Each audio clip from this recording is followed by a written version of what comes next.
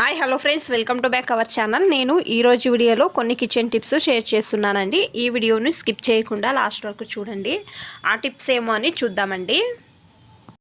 Tip number 1 అండి, cutting board clean చేయాలి అనుకుంటే కొంచెము బేకింగ్ సోడా, తర్వాత పొడి ఉప్పు, కొంచెం నిమ్మకాయ రసం అండి, లేకపోతే వెనిగర్ అయినా తీసుకోవచ్చు.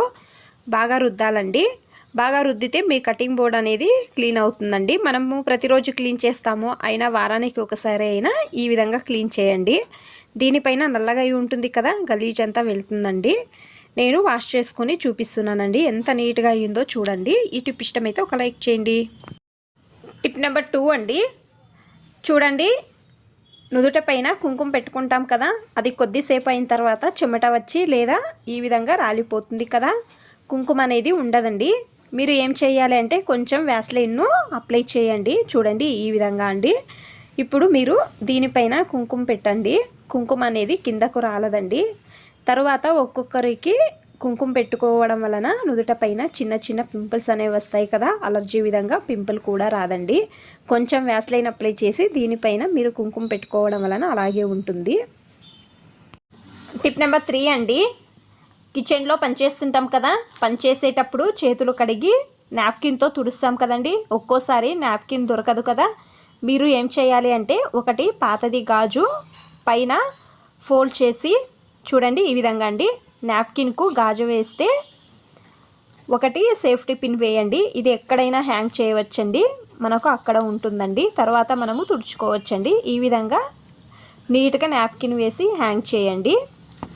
టిప్ నెంబర్ 4 అండి, మా ఇంట్లో నీళ్ళు ఎప్పుడు ఈ ప్లాస్టిక్ బకెట్లో పెట్టేదాన్నండి. చూడండి కొంచెం పగిలిపోయిందండి, నీళ్ళు అంతా కారుతుంది. జగ్లో నీళ్లు వేసి చూపిస్తున్నానండి. చూడండి కారుతుంది కదా. మీరు ఏం చేయాలి అంటే ఈ విధంగా కారినప్పుడు జగ్ కానీ లేదా బకెట్స్ కానీ ఫస్ట్ తేమ లేకుండా ఒక కాటన్ బట్టతో నీట్గా తుడవండి. కొంచెం కూడా తేమ అనేది ఉండకూడదండి, డ్రైగా ఉండాలండి. తర్వాత ఈనో ప్యాకెట్స్ దీనిపైన వేస్తున్నానండి. కొంచెం కూడా గ్యాప్ లేకుండా చూసుకొని దీనిపైన వేయండి.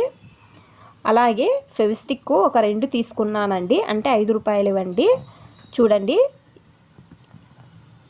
ఈ విధంగా అండి. ఇప్పుడు ఇదే బకెట్ తీసుకోవడానికి వెళ్తే ఎక్కువ అవుతుంది కదండి, మనము ఈ విధంగా చేయవచ్చండి. అతికిస్తున్నానండి. చూడండి ఫెవిస్టిక్ వేస్తే చాలండి. కింద నీళ్లు వేసి మీకు చూపిస్తున్నానండి.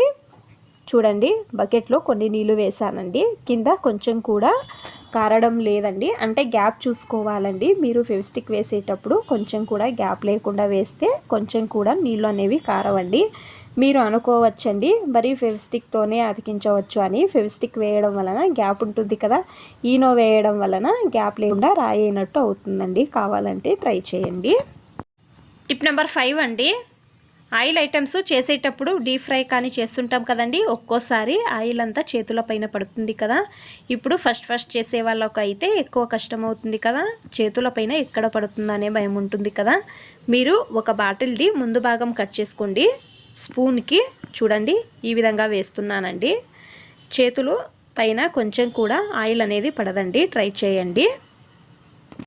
మీకు అన్ని టిప్స్ ఇష్టమైతే ప్లీజ్ ఒక లైక్ చేయండి, అలాగే కామెంట్ చేయండి. ఇంకా ఎక్కువ మంది నా ఛానల్ని సబ్స్క్రైబ్ చేసుకోకుండా చూస్తున్నారండి, ప్లీజ్ సబ్స్క్రైబ్ చేసుకోండి. Thanks for watching. ధన్యవాదాలు.